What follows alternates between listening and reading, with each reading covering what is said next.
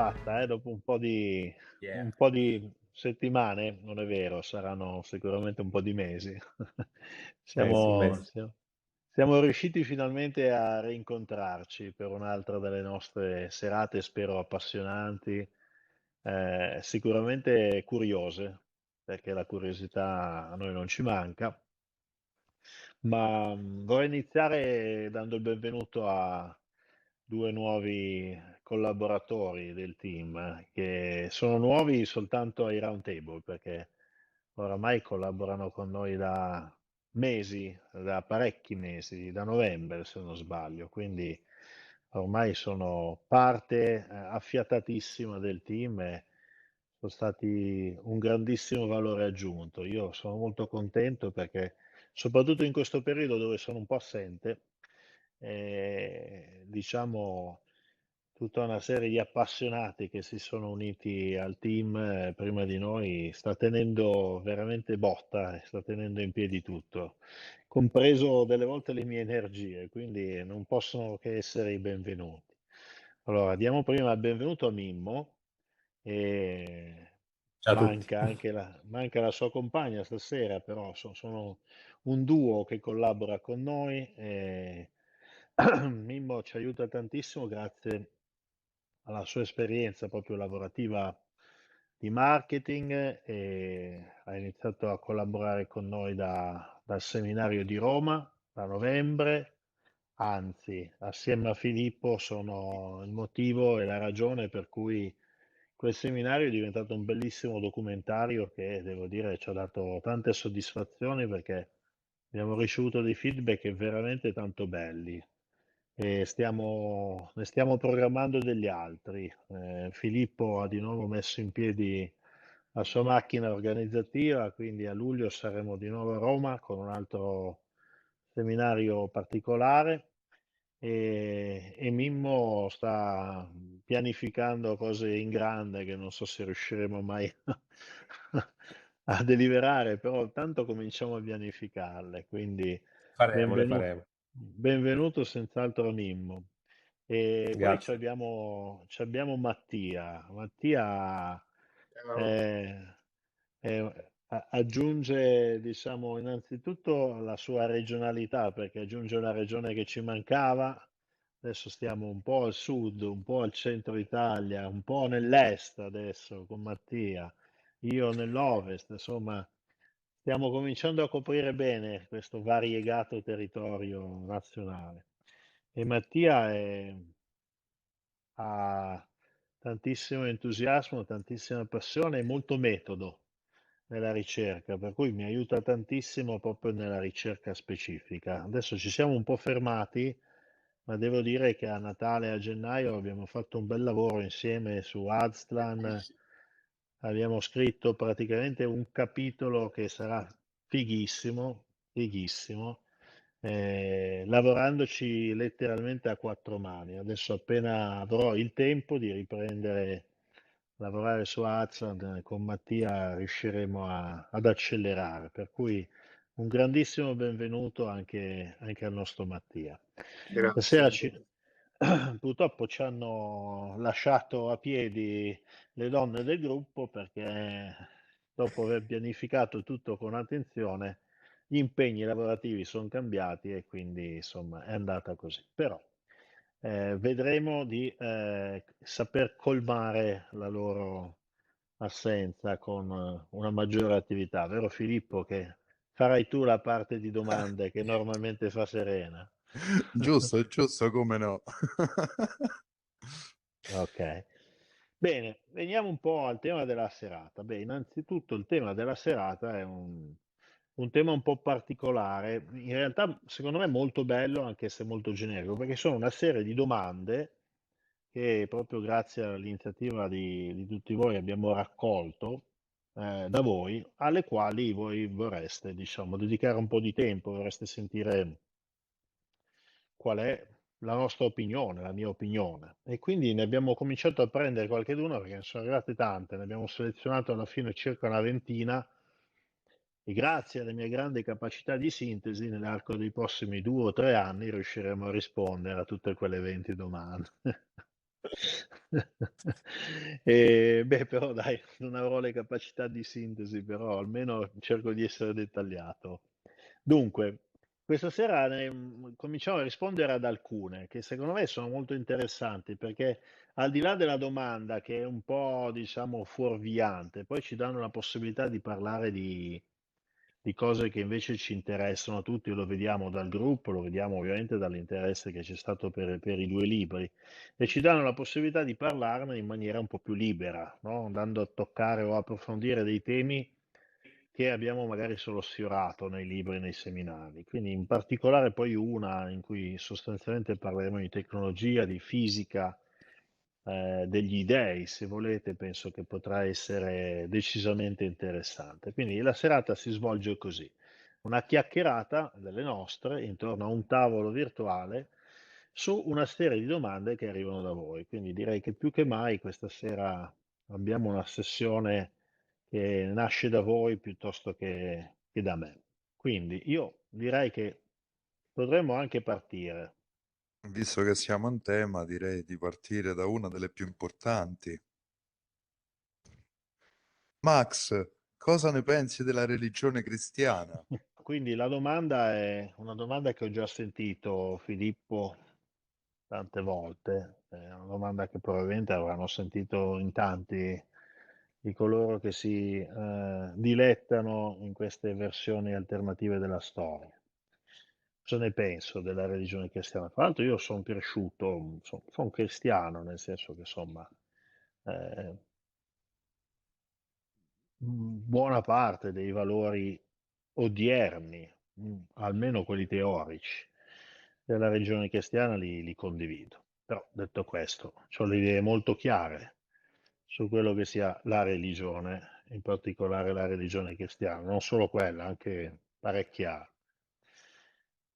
Ma sostanzialmente voi sapete che io penso che la nostra vera storia sia molto differente da quella che sta scritta sui libri di scuola, da quella che ci insegnano, ci hanno insegnato, da quella che spesso viene tirata in ballo, no? Perché dalla storia bisogna imparare, quindi anche nel presente, quando si discute, si tira in ballo la storia. Peccato che la storia che si tira in ballo non è vera. Peccato che la storia che spesso e volentieri si menziona non abbia delle fondamenta solide, anzi, sono delle fondamenta talmente di sabbia che con grande probabilità quella storia è falsa, è costruita, non è falsa, è proprio costruita, non è neanche un errore, è proprio costruita a tavolino. E questa è una cosa che quando ci si interessa, quando ci si documenta con mente aperta, non è assolutamente difficile da scoprire. Nonostante che, ripeto, ci venga fatto questa sorta di lavaggio del cervello fin da piccoli, fra l'altro non soltanto a scuola, perché è una forma di lavaggio del cervello multidisciplinare. Per esempio, parliamo di religione, insomma, al catechismo ti fanno un certo tipo di lavaggio del cervello che non ha nulla da invidiare a quello che ti fanno ovviamente a scuola. E a forza di lavarti il cervello da una parte e dall'altra si finisce che insomma si pensa che la storia che ci è stata insegnata sia quella vera, mentre assolutamente basta fare un passo indietro, fermarsi, aprirsi un attimo con la logica e si capisce che non è così. Tra l'altro non è una cosa che sicuramente scopriamo noi. Noi oggi, grazie all'uso delle moderne tecnologie, abbiamo la possibilità di scoprirlo facilmente, basta volerlo, basta sinceramente, semplicemente volerlo e chiunque se ne rende conto da solo, senza leggere assolutamente nulla di detto dagli altri. È un qualcosa che nell'arco comunque dei decenni e dei secoli a più riprese è saltato fuori, ed è venuto fuori da personaggi che anche loro si sono, insomma, un momento estraniati dalla versione ufficiale, hanno fatto un po' di mente locale, hanno usato il cervello e sono giunti a una conclusione che è sostanzialmente la stessa che condivido io, ovvero che esistono due versioni della storia, come ha detto Honoré de Balzac. Una, che è quella ufficiale, è menzognera, cioè è falsa, è una menzogna. Ci viene insegnata con un preciso scopo, E poi dopo ne esiste un'altra che invece viene tenuta segreta, che si fa di tutto per non divulgare, che si fa di tutto per distorcere, insabbiare, ma che contiene, diciamo, le spiegazioni più coerenti, più veritiere su quelli che sono stati gli avvenimenti della nostra civiltà, che hanno caratterizzato la nostra civiltà.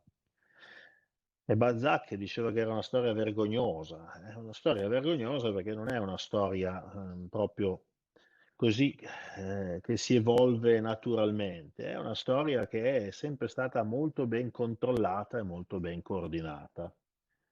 Da chi e come è qualcosa che potrebbe essere un argomento di discussione, un argomento che io ho trattato nell'ultimo capitolo di Prima di noi.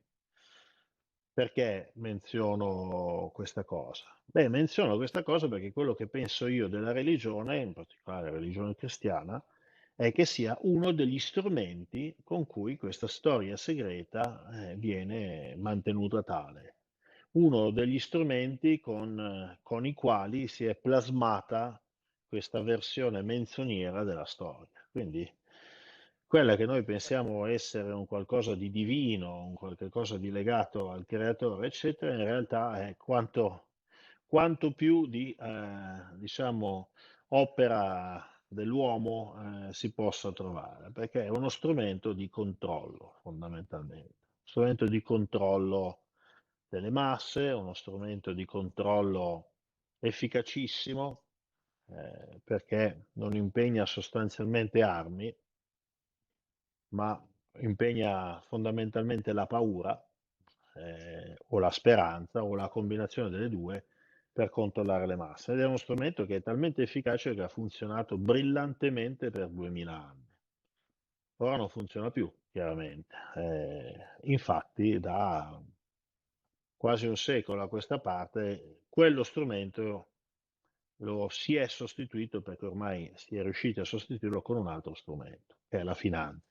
Io sono solito dire che prima nascevamo tutti peccatori, religione cristiana, catechismo, adesso nasciamo tutti debitori, banca centrale, governo del mondo e chi più ne ha più ne metta. E ditemi che non è vero, insomma, come si fa a negare una cosa di questo genere? Quindi questo è quello che penso io sostanzialmente della religione, uno strumento di controllo fatto ad hoc che si basa sul controllo innanzitutto dell'informazione, perché se vuoi controllare il popolo devi tenerlo ignorante o male informato, e non è un caso che la religione si è sempre fatta, diciamo, controllore, detentore dell'informazione. Io ricordo che fino a, credo, al 1600 non si poteva neanche leggere la Bibbia, cioè non era permesso leggere la Bibbia. La Bibbia te la dovevi far leggere e interpretare, ok? Oggi te la puoi leggere e siccome quando la leggi così non capisci nulla di quello che c'è scritto, allora devi seguire l'interpretazione, che è un qualche cosa che veramente in questo caso si può dire non sta né in cielo né in terra. Se invece poi dopo la vai a leggere con qualche strumento un po' interessante, capisci cosa c'è scritto lì dentro e capisci che si parla della vera storia nella Bibbia. È stata usata, è stata diciamo, manipolata per raccontarcene un'altra, per raccontarci un'altra storia.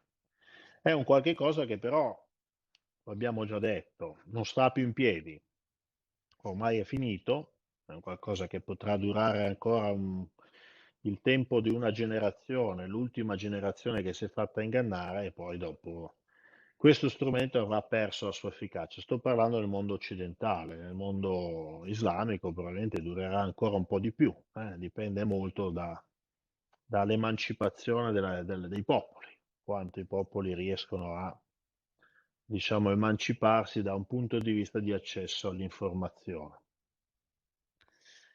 E, bah, mi piace citare Abramo Lincoln, no? Che dice che si possono beffare tutte le persone per alcuni periodi di tempo. E, onore al merito, qui con la religione cristiana ci sono riusciti per 2000 anni a beffare tutte le persone, quasi.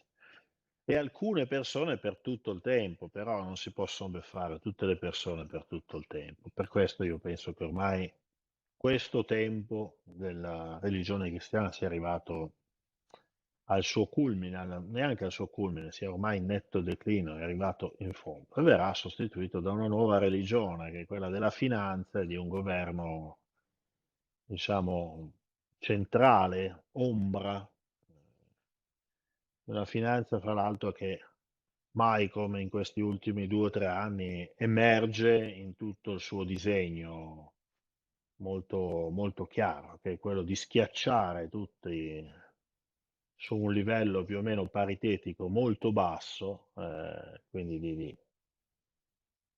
di evitare che le persone abbiano i soldi per potersi permettere di pensare e quindi siano più facilmente controllabili. E questo sta succedendo con una grandissima accelerazione ormai da 2 o 3 anni a questa parte.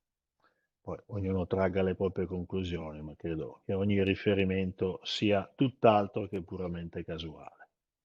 Quindi questo è quello che sostanzialmente penso io della religione cristiana, da non confondere ovviamente con quella che è la fede. Purtroppo spesso e volentieri quando parli di religione e sei scettico vieni attaccato perché dici allora non sei credente, eccetera, perché molta gente purtroppo confonde religione e fede, che sono due cose completamente diverse, però tende a fare confusione e questo è un problema perché quando confondi queste due cose, diciamo che puoi avere delle reazioni sbagliate che non avrebbero assolutamente nessun significato, nessun modo di essere, se invece queste due cose si comprendesse che sono due aspetti estremamente diversi, ma magari abbiamo modo anche di chiarirlo poco più avanti. E voi cosa ne pensate della religione cristiana? Io vi ho raccontato cosa ne penso personalmente, però.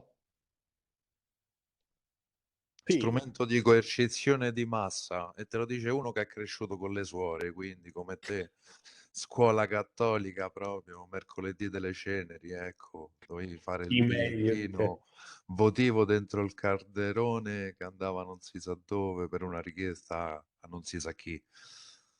Quindi sì, è sempre il discorso del bene e del male, poi giustamente se prendi i bambini o quant'altro è facile incutere terrore o dire se non ti comporti bene, niente regali o quant'altro, quindi sì, purtroppo è quello, però ecco, pian pianino ci stiamo svegliando un po' tutti, chi più, chi meno, chi ancora rifiuta di uscire dal Matrix, però sì, che poi sai, cioè quello che hai detto tu adesso è- è quello che io accennavo quando parlavo dei valori, no? Cioè, per esempio, io so, mia figlia è andata a tutte scuole cattoliche, io sono stracontento che ci sia andata e ce la rimanderei di nuovo, perché c'erano dei valori insegnati che sono quelli in cui io credo, no? E non ho nulla in contrario con queste cose, come non ho in contrario con tante altre cose che si possono legare alla Chiesa, alla religione cristiana, eccetera. Sono proprio i fondamenti che non stanno in piedi. Cioè, voglio dire, se me la tratti come una onlus, io mi tolgo tanto di cappello. Se me la tratti come la presenza della parola di Dio in terra, le dico, ma per cortesia, ma per cortesia, su quale basi state dicendo questo? assolutamente. Sì, No, e sì, tra sì, l'altro sì. sono stati in grado di trarre una morale, come si dice spesso, da un libro che è completamente amorale. Quindi chapeau a chi ha inventato tutta una serie di valori e poi cerca di trasmettere attraverso le varie Sai, associazioni, come non so, vero. dagli scout al catechismo, eccetera. Comunque i valori sono condivisibili, vengono tratti dal nulla, cioè da cose che non sono vere o comunque tradotte, diciamo, un po' così alla buona. Ma poi Però neanche che, sai, avessero limato qualche angolo, no, per far sì, esatto. entrare che sia un cilindro in un affare a forma di quadrato. No, Cioè qui abbiamo trasformato un guerriero sanguinario nel Dio buono di tutti gli uomini che salva tutti. Poi dopo tu vai a leggere e dici, ma qua c'è scritto che passava a fil di spada a donne e bambini. Cioè, sì, però, voglio dire, perché erano stati cattivi, ho capito, ma voglio dire, cioè, poi, insomma, abbiamo trasformato un libro che parla chiaramente di dei, perché parla di dei, non di un Dio, cioè veramente non parla di dei, ok? Non parla di dei, Allora, questo di quelli là. è la Bibbia cristiana, però se prendi quella cristiana parla di dei, peccato che è la traduzione in teoria dei libri dell'Antico Testamento dove degli dei non se ne parla. Quindi già quello, voglio dire, è farina del sacco di chi l'ha tradotta, ok? O di chi l'ha manipolata nel tempo. Però comunque parla di una pluralità di queste presunte divinità, mentre insomma, credo che uno dei dogmi principali sia del fatto che cioè, il Dio cristiano ce n'è uno solo, no? Quindi voglio dire proprio degli stravolgimenti che se tu prendi un bambino senza che gli sia stato ancora lavato il cervello, glielo fai leggere, poi gli fai domande, e dico, lì dentro di cosa parla? Di un guerriero che li ammazzava tutti. Quanti divinità ci sono? Una trentina ne ho contate. Cioè, un bambino ti risponderebbe così, perché c'è scritto quello. Vabbè, però è così. È interessante come questa cosa abbia potuto durare 2000 anni, quindi non dobbiamo stupirci che nell'arco degli ultimi 2 anni ci hanno fatto bere di tutto di più. Insomma, ci sono riusciti per 2000 anni, vuoi che non ci riescono adesso?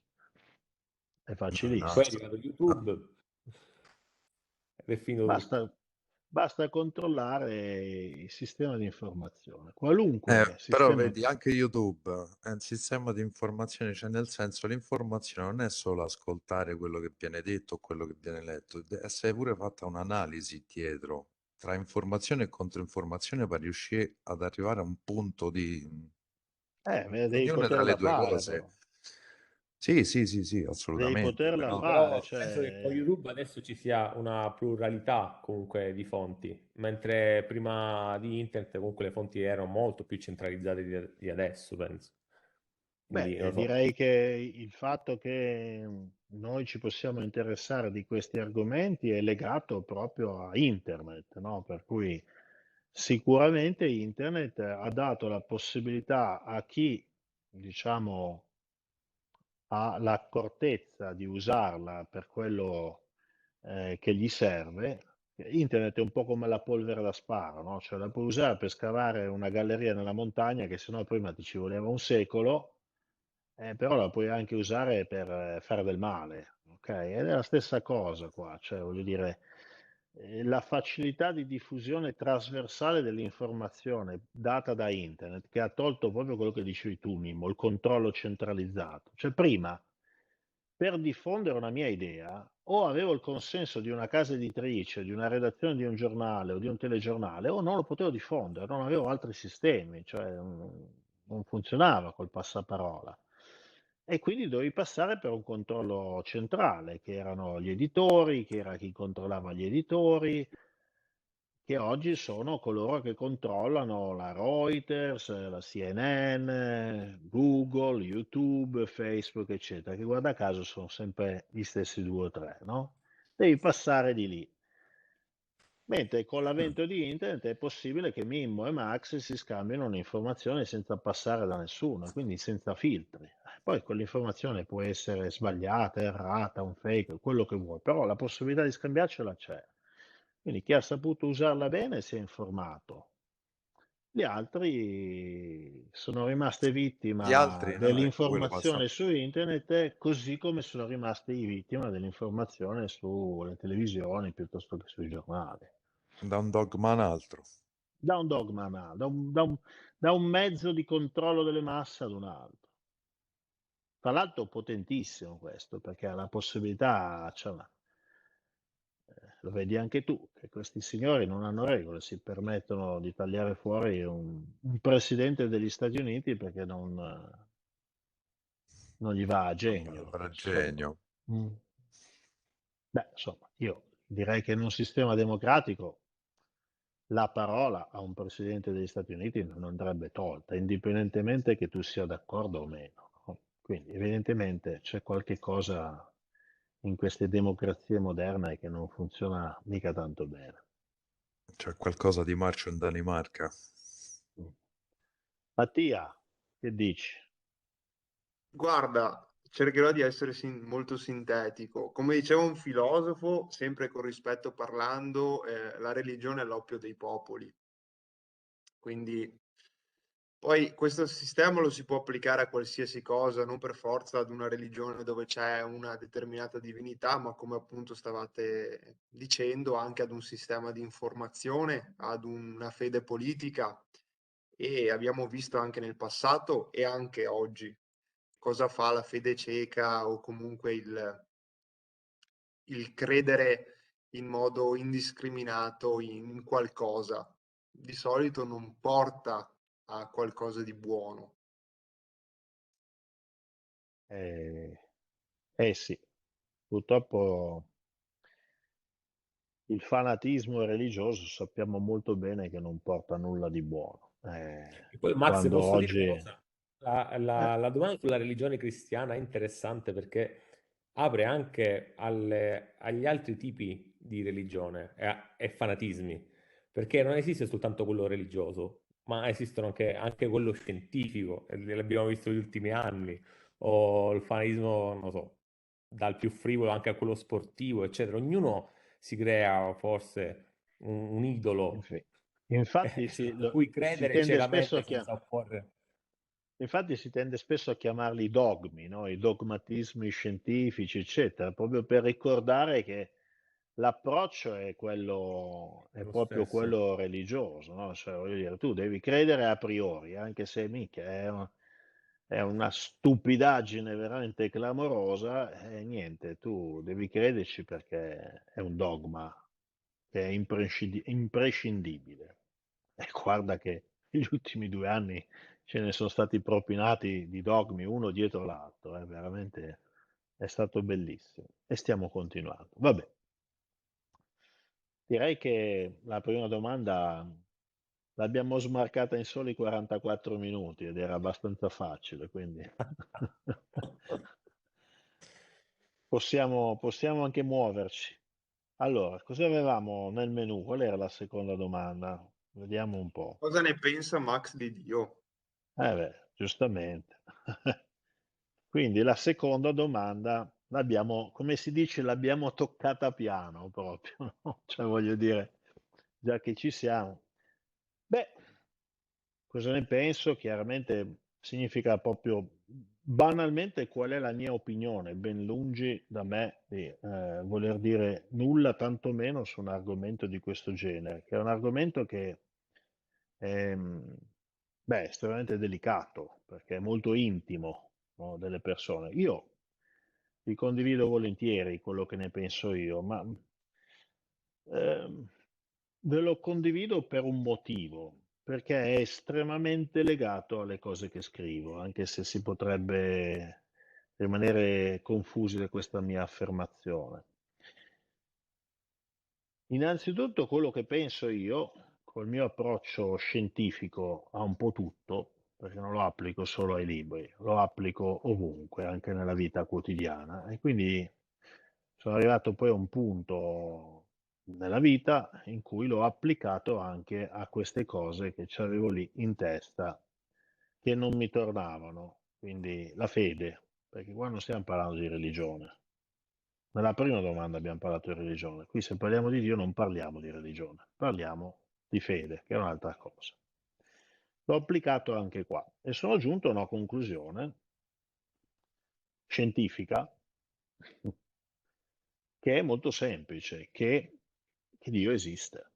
Quindi questo è quello che ne penso io. Penso senza ombra di dubbio, non ho la benché minima ombra di dubbio che Dio esista. Mm? Quindi questa è una convinzione fortissima a cui sono arrivato grazie all'approccio scientifico. E, e questo è quello che ne penso io. Tutto il resto diventa una questione intima per cui ognuno giustamente avrà i propri pensieri, io ho i miei, però credo che la parte interessante di questa domanda sia il fatto che apra la possibilità di parlare di tecnologia, apra la possibilità di parlare della tecnologia di loro, questi governanti della civiltà antediluviana che ci ha preceduto, una civiltà avanzata, e di come e di quali siano le tecnologie che hanno usato per lasciarci quelle meraviglie che sono arrivate ai nostri giorni che ancora oggi noi non sappiamo rifare, non sappiamo spiegare. Sto parlando, non so, dei sarcofagi, presunti sarcofagi di Saqqara, del Serapeum, piuttosto che diciamo di quello che troviamo in Sud America, di tante altre cose, di quello che troviamo a Giza, insomma, che troviamo un po' in giro per tutto il pianeta, che abbiamo a lungo narrato nei nostri seminari e soprattutto in Prima di Noi. E, per esempio, per rimanere, diciamo, un attimo legati alla prima domanda, che era quella della religione cristiana, no? È interessante che per quello che ne posso aver capito io, o almeno per l'idea che mi sono fatto io, ehm, per esempio la Bibbia non parla di Dio, se non in un'occasione. Io ho trovato un'unica, poi per carità non sono un esperto, non sono studioso, ma ho trovato un unico passaggio dove, a mio parere, nella Bibbia si parla di Dio, si menziona Dio. È un passaggio che vi condivido. Il passaggio è un passaggio del Vangelo di Giovanni,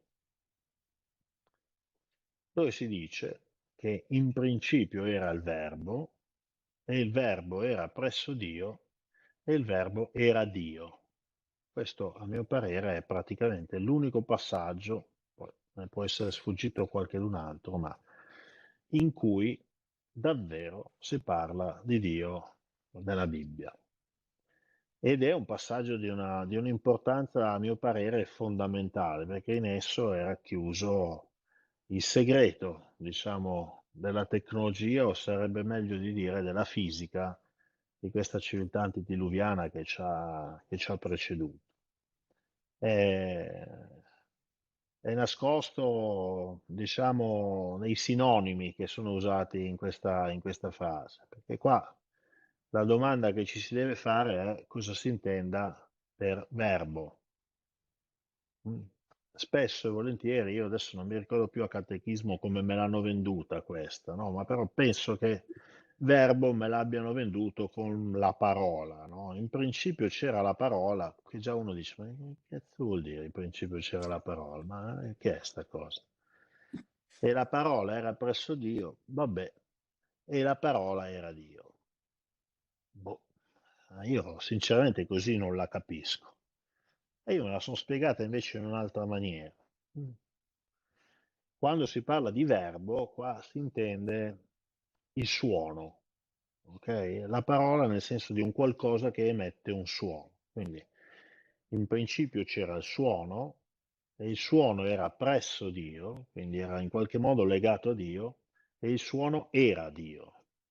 Questa è la mia interpretazione di questa frase. Quindi questa è una,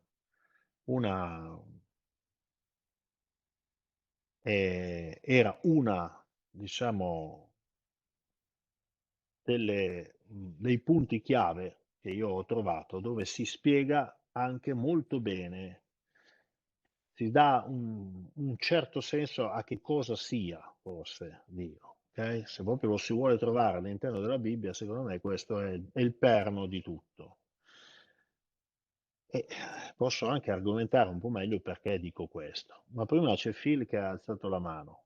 Phil, Sì, sei... quello che volevo capire è quindi che secondo la tua concezione di Dio non è una concezione come quella cristiana che ha una forma, tra virgolette, umanoide, ma è una forma, per dire così, eterea, relegata al suono? Domanda. Sono due domande. La prima è se non ha una forma umanoide, eccetera. Quella è uno dei lavaggi di cervello, chiaramente, che ci sono stati fatti dalla religione cristiana, no? Del fatto che Ok. c'è un giudice chi ti aspetta con le braccia così conserte, ti guarda per tutta la vita, legge i tuoi pensieri, è onnipresente, quindi non c'è modo di nasconderti, quindi qualunque stupidaggine tu fai, lui la vede.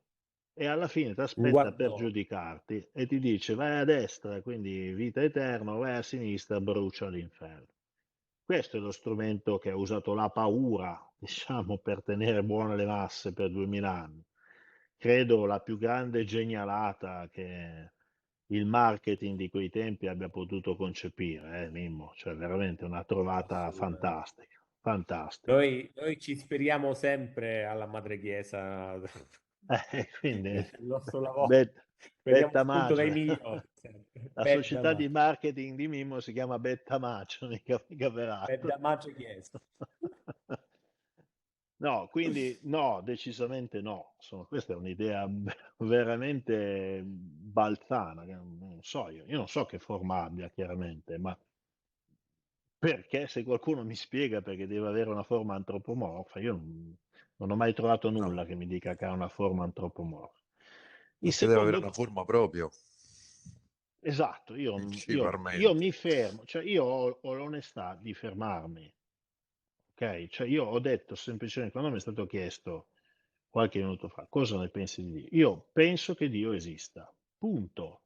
Perché avere la presunzione di riuscire a dire qualcosa in più, secondo me, vuol dire che, cioè, è proprio perché è Dio che non riesco a dire nulla di più, no? Cioè, è qualcosa che Concordo. esce dalle capacità umane di concepire. Quindi uno che mi viene a dire no, che c'ha le sembianze così, cioè io va bene, ok, piacere di averti conosciuto. Quindi questa è la prima risposta. Sulla seconda risposta, però, qualcosa in più si può dire. Qualcosa in più si può dire, perché se è vero, come credo che sia vero nella mia concezione, perché io dico che Dio esiste? Perché se no altrimenti tutto quello che noi abbiamo intorno non si potrebbe spiegare. Non si potrebbe spiegare. E quindi necessariamente io lo spiego con una presenza del divino. Molto semplice. Quindi è una logica, diciamo, per esclusione, no? Però osservando tutto quello che c'è qua intorno, beh, l'impronta di Dio si vede da tutte le parti. Io non posso capire come uno scienziato, soprattutto gli scienziati, quelli più avanzati, si possa definire ateo. Perché in qualunque cosa che lui fa dovrebbe vedere chiaramente l'impronta di Dio, cioè perché l'impronta si vede molto bene, è molto semplice da vedere. Ok? Quindi sicuramente qualcosa si può dire, quantomeno sulla sua impronta, osservando il creato, osservando l'universo che c'è intorno a noi, ma osservandolo in maniera scientifica, non in maniera, eh, diciamo, eterea, proprio in maniera scientifica. Cominciando, per esempio, da quello che trovi nella letteratura, no? Perché questo è quello che noi troviamo nella Bibbia cristiana. In principio era il suono, permettetemi di cambiare verbo col suono, il suono era presso Dio, il suono era Dio. Ora, la sapienza vedica, che ha una storia alle spalle, ma perché? Scusate un attimo, eh. Ok. La sapienza vedica, che ha una storia ben più lunga di quella cristiana, casualmente parla del suono creatore.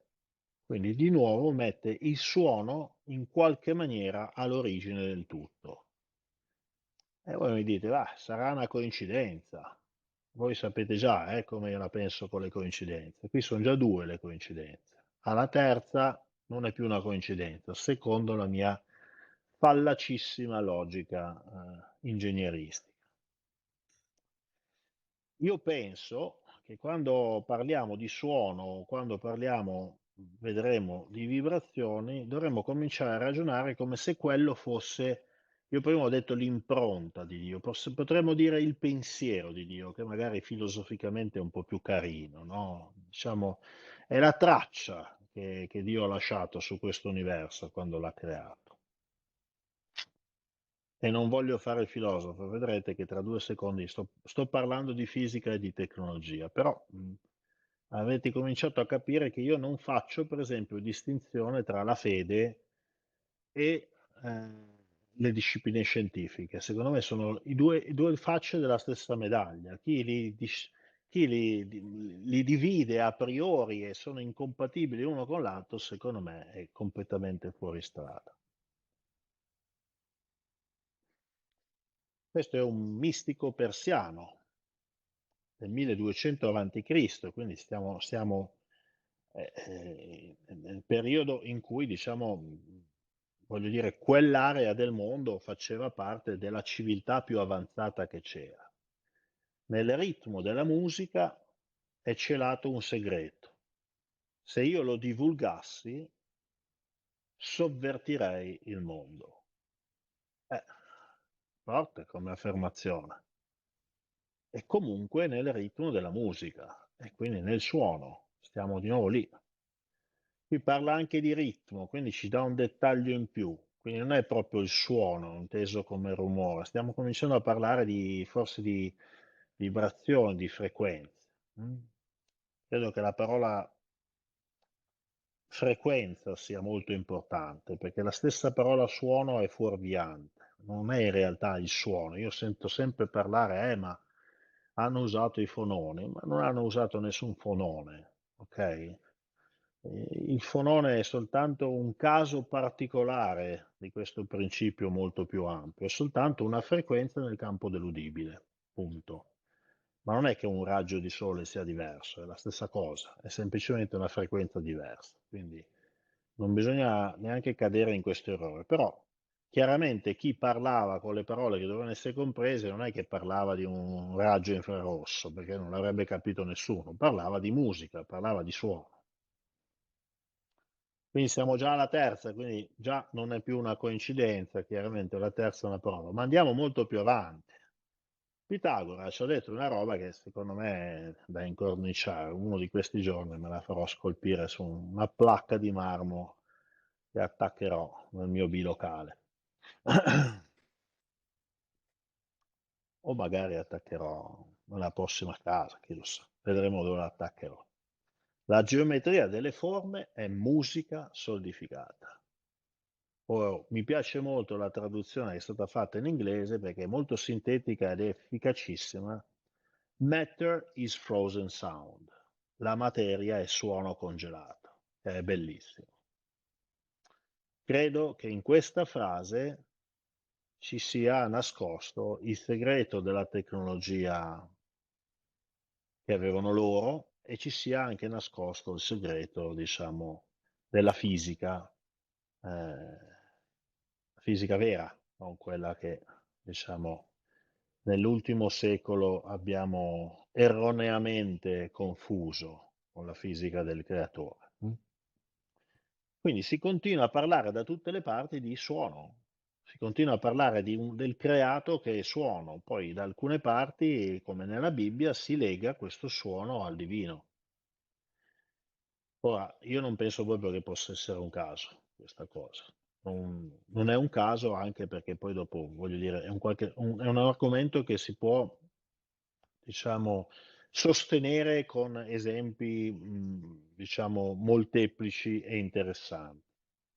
Un argomento che ho iniziato a studiare tantissimo tempo fa. Per la verità ho iniziato a scrivere un libro su questo argomento. Ne ho scritto 3 capitoli che mi sono piaciuti tantissimo. Me li sono letti da solo. Però poi mi sono fermato perché mi sono arenato sull'interpretazione di un documento chiave, importantissimo, di fine 1800, che purtroppo per le mie scarse competenze musicali non riesco a interpretare e non ho ancora avuto il tempo di esaminare con qualcuno che invece di accordi musicali ne capisce un po' più di me, per farmi comprendere, diciamo, queste cose fondamentali che sono in quel piccolissimo documento di non più di 20 pagine, che però squarcia, diciamo, il buio che attanaglia la fisica del creatore, quella vera quantomeno. È interessante che l'amico Platone, perché ormai insomma non c'è seminario in cui Platone non si possa menzionare, nel Cratilo chiami Theos, quindi divino. Io ricordo sempre che sono i greci che hanno inserito la parola dei e divino da tutte le parti, perché prima di loro non c'era da nessuna parte. Cioè, nessuno ha mai chiamato gli Anunnaki dei, cioè non l'ha mai chiamati dei, cioè li chiamavano per nome o li chiamavano i guardiani, non li chiamavano dei, ok? La stessa parola Dio che c'è nella nostra Bibbia o in quella ortodossa c'è perché ce l'hanno messa i greci, perché sennò non c'era. eh. Theos, quindi il divino, è il grande soffio. Quindi immaginatevi che cosa possa essere questo grande soffio, il movimento. Quindi è molto interessante che i greci associassero il movimento al divino, soprattutto nell'ottica di quello che stiamo discutendo adesso. Quindi sembra che il divino, Dio o gli dei, insomma, indipendentemente da quello che uno possa credere, una delle manifestazioni del divino sia il movimento. Per quello che io vi dicevo, il pensiero di Dio è il suono, è il movimento. Vanno più nel dettaglio gli amici greci, in particolare l'amico Platone. Dice che la vibrazione della sostanza unica primordiale che costituisce l'universo. Quindi sta dicendo che esiste una sostanza unica primordiale, unica, non tante sostanze che compongono la materia come le conosciamo noi, una sola, la cui vibrazione costituisce l'universo. Quindi c'è un'unica sostanza che vibrando dà nascita all'universo. Quindi qua ci sono dei concetti molto importanti. Stiamo già parlando ormai di fisica e di tecnologia. Stiamo parlando del fatto che c'è un'unica sostanza ed è già una bella mazzata, nel senso che insomma la fisica moderna ne prevede qualcuna di più. E che le caratteristiche fondamentalmente di quella che noi chiamiamo materia sono caratteristiche date a quell'unica sostanza uguale dal tipo di vibrazione che ha, che implica che facendo vibrare in maniera diversa quell'unica sostanza io ottengo tutte le forme di materia che i nostri sensi percepiscono oggi. Capite dove stiamo andando? Cioè, stiamo dicendo che quella che noi chiamiamo durissima roccia è in realtà uno stato vibrazionale di questa sostanza unica. Quella che noi chiamiamo aria è un altro stato vibrazionale della stessa sostanza, il che implica che se uno riuscisse a passare da uno stato vibrazionale all'altro, passa dalla solidità della durissima roccia alla fluidità dell'aria. Ammettiamo per un secondo che sia così.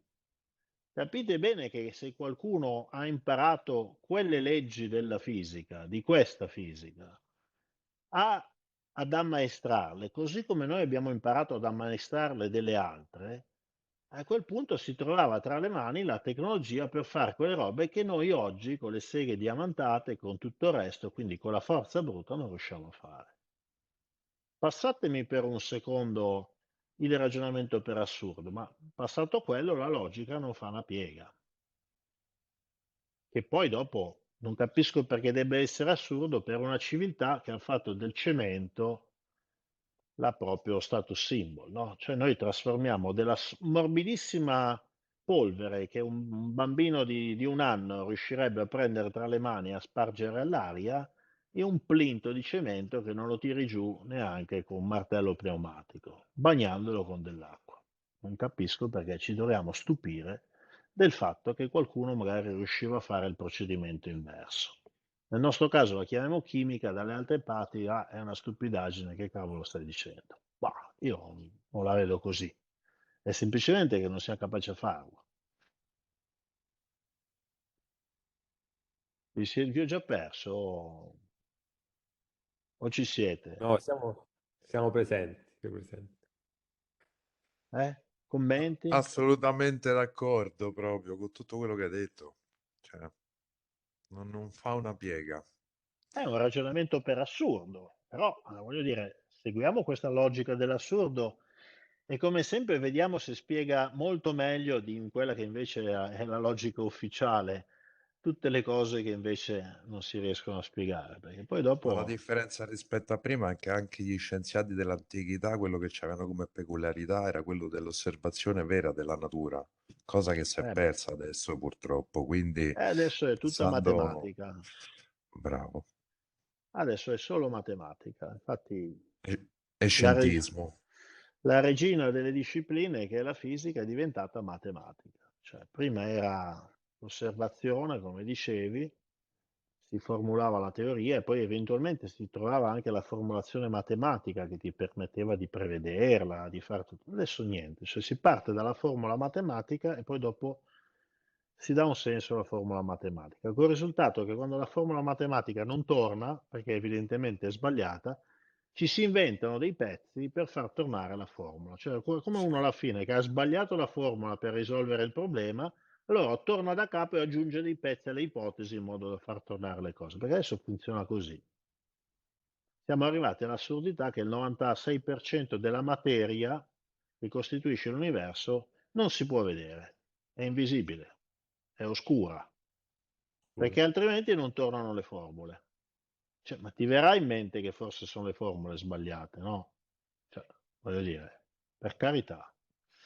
Comunque, in buona sostanza l'approccio è proprio quello di oggi, che non... No, no, è non- vero, sono anche pochi accademici che seguono questo tipo di fisica, ecco, non che tutti, magari... non tutti, Sì, non sì, sì, tutti, sì.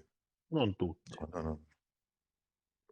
Ma Però, tra l'altro, insomma, questa parola vibrazione dovrebbe fare squillare nella mente di chi si occupa di fisica moderna il fatto che adesso l'avanguardia della fisica moderna è una teoria che è basata sulle vibrazioni, perché stiamo parlando della teoria delle stringhe, che per stringhe, quanto sì. avveniristica, futuristica possa essere, sta parlando di stringhe che in base al loro stato vibrazionale danno la caratteristica alla materia. Beh, insomma, ok, buono, lo diceva già Platone, lo diceva già il mistico persiano, lo dicevano Pitagora, c'è pure scritto nella Bibbia. Quindi mi sa che stiamo tornando lì, come ci stiamo tornando per gli Zontemok, che stiamo cominciando di nuovo a capire cosa c'era scritto nei libri, forse arriviamo lì anche da questo punto di vista. Beh, uno dice, vabbè, sostanza unica, Ah, come funziona sta cosa? Beh, vediamo un attimino se altri avevano la stessa idea, no? Perché chi si è interessato un pochino, nel momento in cui sente sostanza unica primordiale, gli viene in mente l'etere. Ogni atomo misurabile è differenziato da un fluido tenue che riempie tutto lo spazio con un movimento circolare, come un vortice di acqua in un lago calmo. Bellissimo. Vortice è molto importante da ricordare, come un vortice di acqua in un lago calmo. Quindi Tesla usa l'acqua, no? Una distesa di acqua per diciamo, dare l'idea di questa sostanza unica, no? Che in realtà è un fluido, in effetti è un fluido, ha le caratteristiche di un fluido, ma ha le caratteristiche di un fluido molto particolare. Ok? L'acqua ne emula solo una parte di quelle caratteristiche, però ci rende l'idea, secondo me, ci rende molto bene l'idea. Mettendo in movimento questo fluido, che chiama etere, esso diviene materia. Quindi sta dicendo esattamente le stesse cose che abbiamo trovato negli altri. Quindi sta dicendo che la materia, quella che noi percepiamo come materia, molto importante questa cosa, quella che noi percepiamo come materia, perché è la nostra percezione che ci inganna, non è altro che questa, diciamo, sostanza unica, questo etere che viene messo in movimento. E a secondo di come si muove si forma un tipo di materia o un'altra. Arrestato il suo movimento, la sostanza primaria regredisce al suo stato normale. Quindi è il movimento che genera la materia o che dà l'illusione ai nostri sensi della materia.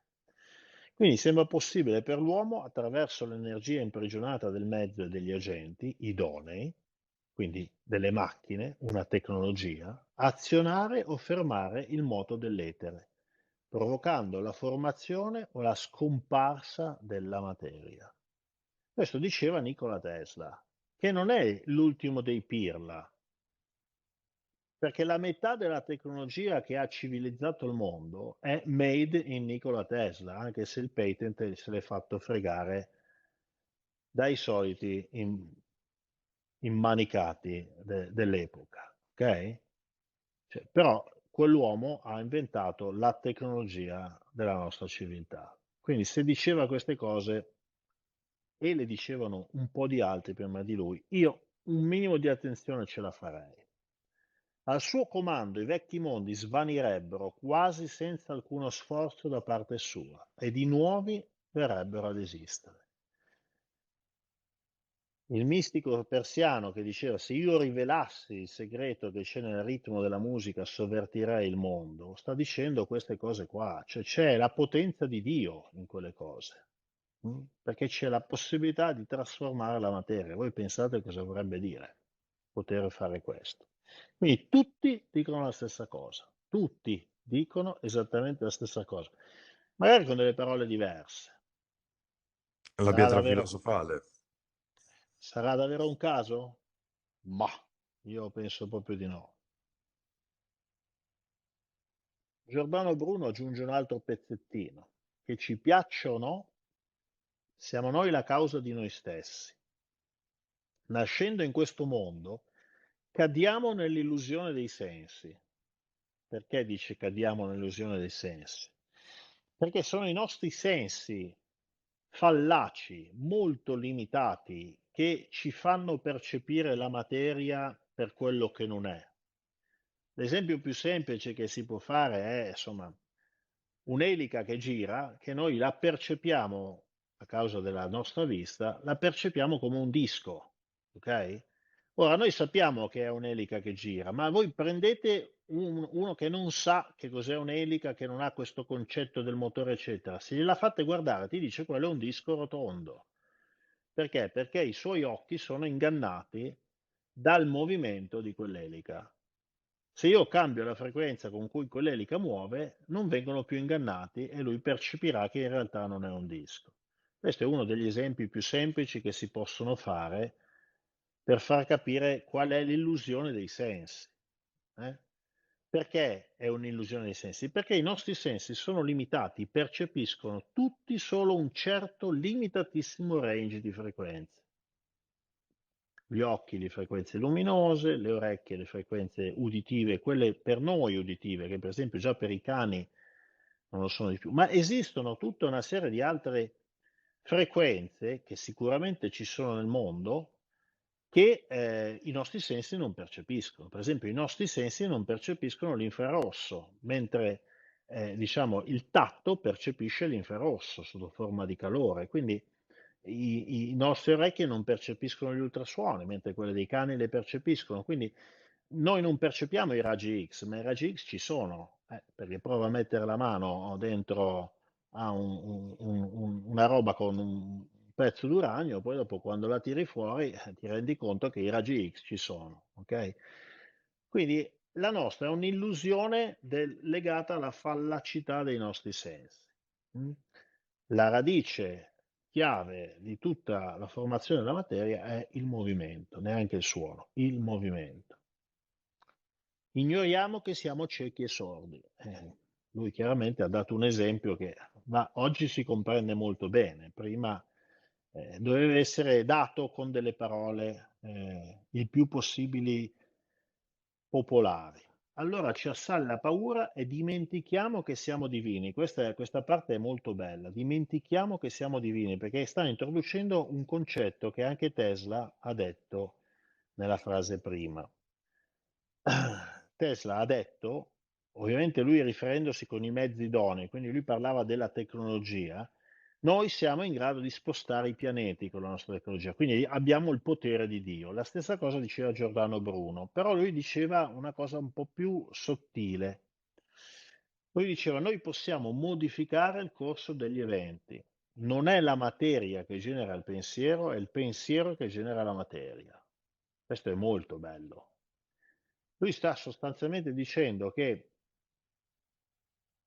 noi siamo in grado col nostro pensiero di influenzare il mondo che ci circonda. Quindi lui sta dicendo che noi siamo concausa dell'universo che ci circonda, cioè non è che siamo passivi, che siamo un elemento passivo. Quindi noi contribuiamo alla creazione dell'universo che ci circonda. Come contribuiamo? Col pensiero, con la vibrazione del cervello, fondamentalmente. Sta dicendo questo. Molto interessante questa cosa. Quindi non solo con le macchine, ma anche con il nostro stesso pensiero. E quindi in questo senso noi siamo divini, ci dimentichiamo che siamo divini.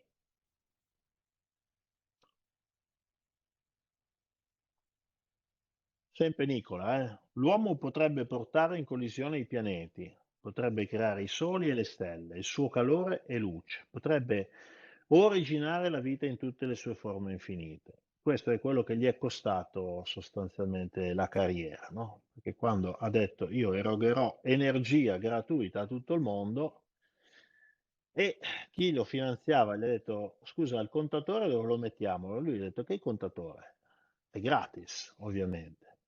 Ha detto no, non si può fare.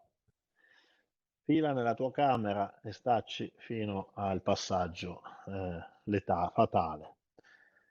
Generare a suo piacimento la nascita e la morte della materia sarebbe il più grande atto dell'uomo che gli darebbe il dominio della creazione fisica, rendendo possibile la realizzazione del suo fine ultimo. Ripeto, da colui che ha plasmato la civiltà tecnologica in cui viviamo, queste parole, insomma, prima di classificarle come follia, meriterebbero qualche riflessione in più. Io ce l'ho fatta personalmente.